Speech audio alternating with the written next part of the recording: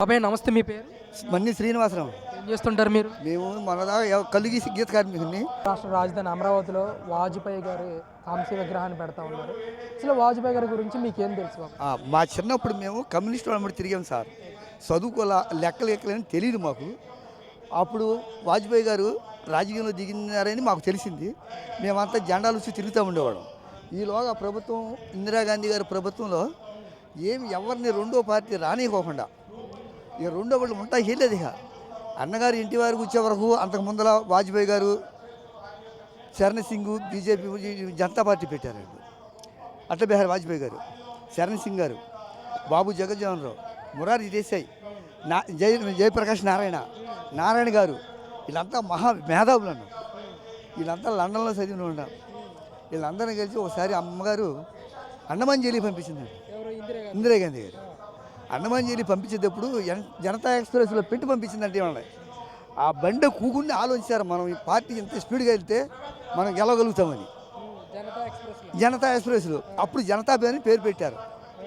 దాని పేరు పెట్టిన తర్వాత మురారి దేశాయ్ గారు కొంచెం శాంత మనిషి వీళ్ళందరి మీద. అప్పుడు వీళ్ళందరూ కలిసి ఆయన ఎన్నుకుని ఆయన్ని ప్రెసిడెంట్ చేశారు, ప్రధానమంత్రి చేశారు. ప్రధానమంత్రి చేసిన తర్వాత లోక్దళగా చరణ్ సింగ్ గారికి ఒక 40 సీట్లు వచ్చినాయి. ఆ 40కి మద్దతు ఇచ్చారు మనకి, జనతాకి. అప్పుడు ఇందిరాగాంధీ గారు ఏం చేసిందండి, జనతా పార్టీ చెలగొట్టేయాలని, పడగొట్టేయాలని చరణ్ సింగ్ గారిని దగ్గర తీసుకుని, బాబాయ్ మీకు ప్రధానమంత్రిని చేస్తాను, నేను మద్దతు ఇచ్చి నీకు అని తీసుకుని దగ్గర పెట్టుకునేసరికి ఆయన ఉపసంహరించుకున్నాడు. ఉపసంహరించుకున్న ప్రభుత్వం పడిపోయింది. 18 నెలలు అయిన తర్వాత పడిపోయిన తర్వాత ఆయన్ని ఆ తాత్కాలిక ప్రధాని చేశారు. ప్రధాని చేసి నెలలాడు చేశాడు ఆయన. నెలలాడు చేసిన తర్వాత మళ్ళీ ఏం చేసింది, ఉపసంహరణ చేసుకుంది. ఆటోమేటిక్ పడిపోయి మళ్ళీ ఎలక్షన్ వచ్చింది. అప్పుడు ఆవిడ గెలిచింది, ఇందిరాగాంధీ గెలిచింది. అప్పుడు వాజ్పేయి గారు తలములకలైపోయి నానా తెప్పలు పడిపోయి అందరిని పోగు చేసి మళ్ళీ దాన్ని తీసుకొచ్చి ఈలోగా దాన్ని తయారు చేసి మళ్ళీ లైన్లో పెట్టాడు. అందరినీ పెట్టేసరికి అప్పుడు ఇక మళ్ళీ ప్రభుత్వం మళ్ళీ తర్వాత మళ్ళీ వాజ్పేయి గారు మళ్ళీ వచ్చారు. ఇందిరాగాంధీ గారికి వాజ్పేయి గారికి ఒక యుద్ధమే జరిగింది. బాగా మామూలుగా కాదు. వాజ్పేయి గారు ఇందిరాగాంధీ వాడిపోయే వరకు నేను పెళ్లి చేసుకున్నారు. మా చిన్నప్పుడు మేము విన్నా మాటలు. అప్పుడు రేడేలా కదా మేము వినేది. అందుకే ఆయన అలాగా ఉండిపోయారు. తర్వాత అయిపోయిన తర్వాత ఇలాగ ఏజ్ అయిపోయింది. ఇక నాకు వద్దన్నారు. ఇక అది మా చిన్నప్పుడు జరిగిన విషయం. ఇది వాజ్పేయి గారి గురించి చెప్పాలంటే ఈయన అధికారంలోకి వచ్చిన తర్వాత, ప్రధానిగా అయిన తర్వాత రాష్ట్రానికని, ముఖ్యంగా మన ఆంధ్ర రాష్ట్రానికని అంతా మంచి జరిగింది. మనకంతా మంచి జరిగింది. బాగా అన్ని సార్లు చేశారు సార్. అది కనీసం ఒకసాట కాదు, అన్ని సార్లు బాగా చేశారు. అది అట్లనా అంటే చంద్రబాబు నాయుడు గారికి తర్వాత ఈయనకి ఎలాంటి అనుబంధం ఉండేది? రెండో పట్లు. అప్పుడు ముందల పట్టులోనేమో చంద్రబాబు రామారావు గారు ఉన్నారు. రెండో పట్లు వచ్చేసరికి ఈయన వాళ్ళందరూ కలిసి బాగా చేసుకున్నారు. అది మంచి బాగా బాగా ఈ తెలుగు వెళ్ళారు కదా, ఈయన తెలుగు వెళ్ళని దగ్గర తీస్తున్నారు ఆయన. అది అట్లా. నమస్తే, మీ పేరు? నా పేరు డాక్టర్ రామతీర్థ్ గారండి. సినీ నటుడిగా 460 సినిమాలు. నేను 96 కంటెస్టింగ్ ఎంపీని బీజేపీ. నేను బీజేపీ కేంద్ర పథకాల ప్రచారకర్తనే. మాది రాయమండ్రి దగ్గర కొవ్వూరే. రాయమండ్రి పార్లమెంటరీకే 96 పోటీ చేశా. 90 ఏంటి సార్, ఈరోజు ఎన్డీఏ గవర్నమెంట్ వచ్చి సంవత్సరాలు కావస్తూ ఉంది. ఎలా ఉందండి అసలు ఈ పరిపాలన?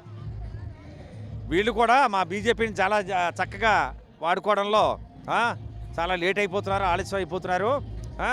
ఈ మా కేంద్ర ప్రభుత్వమే మా పోలవరం ప్రాజెక్టు కేసీవి కానీ, ప్రాజెక్టులు కట్టివి కానీ, మొత్తం సెంట్రల్ హైవే రోడ్లు వేయించివి కానీ అన్నీ కూడా కేంద్ర ప్రభుత్వం ఇస్తుంది. మనకి ఇచ్చేవన్నీ కూడా వీళ్ళకి ఇచ్చేటువంటి సామాన్యులకి ఇచ్చేటువంటి పథకాలు కూడా మా ప్రభుత్వం నుంచి వచ్చినవే. అన్నీ డబ్బులు కూడా ఇన్వెస్ట్మెంటు ఇవన్నీ కూడా వాజ్పేయి గారు ఉన్నప్పటి నుంచి ఈనాటి దాకా కూడా, ఈ మోడీ గారి దాకా కూడా వాజ్పేయి గారు మా బీజేపీని మా ఆంధ్రప్రదేశ్లో కూడా ముందుకు తీసుకెళ్తున్న బాధ్యత మా వయసు వాళ్ళకు ఉంది. అది నేను చెప్తున్నాను అనమాట. దాదాపు 400కి పైగా సినిమాలు చేశానని చెప్తున్నారు. ఈరోజు ఈ సినిమా ఇండస్ట్రీకి సంబంధించి పెద్ద ఎత్తున విమర్శలు వస్తూ ఉన్నాయి. టికెట్ రేట్లు పెంచేస్తున్నారు ఎన్డీఏ గవర్నమెంట్, మధ్యతరగతి ప్రజలు సినిమాకి వెళ్లకుండా చేస్తున్నారు, సినిమాకి దూరం చేస్తున్నారని చెప్పేసి మాట్లాడుతున్నారు చాలామంది. దీని మీద ఏం చెప్తారు? అది కూడా చెప్తున్నా. మా ఫిల్మ్ ఇండస్ట్రీని కూడా హైదరాబాద్ నుంచి మన విభజన ఆంధ్రప్రదేశ్కి షిఫ్ట్ చేసేసి వైజాగ్లో స్టూడియోలు పెట్టించి, విజయవాడ మా గోదావరిని కూడా రాయమండ్రి సరౌండింగ్లో మరి వీళ్ళకి ఫిల్మ్ ఇండస్ట్రీ ఇన్స్టిట్యూట్లు కూడా పెట్టించి పిల్లలందరినీ మా తరం తర్వాత మేము అందరినీ కూడా ప్రోత్సహిస్తాము. తప్పనిసరిగా స్టూడియోలను కూడా పెట్టించి మా గోదావరి సినిమాలు తీయడం సెంటిమెంటు, అక్కడ 2-3 షెడ్యూలు, వైజాగ్ షెడ్యూలు, ఇక్కడో షెడ్యూల్ అలా కూడా పెట్టించి మొత్తం ఇక్కడ కూడా తెలుగు సినిమా ఇండస్ట్రీని అభివృద్ధి చేయడంలో మా బీజేపీ వంతు మా పాత్ర మాది ఉంటుంది. అది చెప్పడం కోసం నేను మాట్లాడుతున్నాను. తర్వాత ఇక్కడ బీజేపీని కూడా అన్ని రకాలుగా పెంచవలసిన బాధ్యత మా పిన్నులకి, మా అక్కలకి, పెద్దవాళ్ళకి, మా పెద్దమ్మలకి అందరికీ ఉంది. బాబాయిలకి, పెదనాళ్ళు, మా తమ్ముళ్ళకి, అన్నయ్యలకి కూడా. అంటే బీజేపీ అంటే మత రాజకీయాలు చేస్తుంది, హిందూ మతాన్ని మాత్రమే ప్రోత్సహిస్తుందని చెప్పేసి పెద్ద ఎత్తున విమర్శలు వస్తున్నాయి కదా, దీన్ని ఎంతవరకు సమర్థిస్తుంది? లేదు, మేము అందరినీ కూడా సమానంగా చూస్తాం. కనుకే మేము అది ఆ మత రహస్యం అనేది ఏమీ లేదు. ఇక్కడ మత సామరస్యం మా బీజేపీకి ఉన్నది. అందరినీ కూడా మేము చూస్తున్నాం. వాళ్ళకి ఇచ్చి బెనిఫిట్స్, వాళ్ళకి పెన్షన్లో పింఛన్లు అందరికీ ఇవ్వట్లేదా ఏమన్నా? అలాగే ఈ కులాలతో సంబంధం ఏమీ లేదు. అందరినీ కూడా భారతీయులుగానే చూసి ముందుకు తీసుకెళ్తాం. అందుకనే భారతీయ జనతా పార్టీ పేరు పెట్టాం. అంటే అటల్ బిహారీ వాజ్పేయి గారి విగ్రహం, కాశీ విగ్రహం గారు ఏర్పాటు చేస్తున్నారు. ఎలా అనిపిస్తుంది సార్? అసలు ఆయన విగ్రహాన్ని పెట్టాల్సిన అవసరం ఏంటి రాష్ట్రం? చాలా బాగుంది. ఇక్కడే కాకుండా ఈ శతదినోత్సవాలకి వారం మీద పెట్టుంటే ఇంకా బాగుంది. అక్కడ కూడా ఇంకోటి పెట్టించేస్తాం. రాయమండ్రిలో కూడా ఒకటి పెట్టిస్తాం, వైజాగ్లో కూడా ఒకటి పెట్టిస్తాం. ఇది చాలా అత్యవసరంగా అసలు అందరూ చూసేలాగా ఇంత లోపలికి కాకుండా వారం మీద పెడితే ఇంకా బాగుంటుంది. అంటే ఇంకా డెవలప్ అవుతుంది కదా సార్ ఇక్కడ? 6 రోడ్లది వేస్తున్నారు. అమరావతి రాజధాని కదా అని అలా పెట్టారు. ఇక్కడే కాకుండా అక్కడ కూడా పెట్టవలసిన అవసరాలు ఉన్నాయి. చక్కగా వాజ్పేయి గారు అందరికీ కూడా మార్గదర్శకుడే. జై బీజేపీ, జై జై బీజేపీ. డాక్టర్ రామతీర్థ్ గారు సినీ నటుడిగా 406 సినిమాలు, రోజు నా సినిమాలు చూడండి. జై జై బీజేపీ, జై జై బీజేపీ.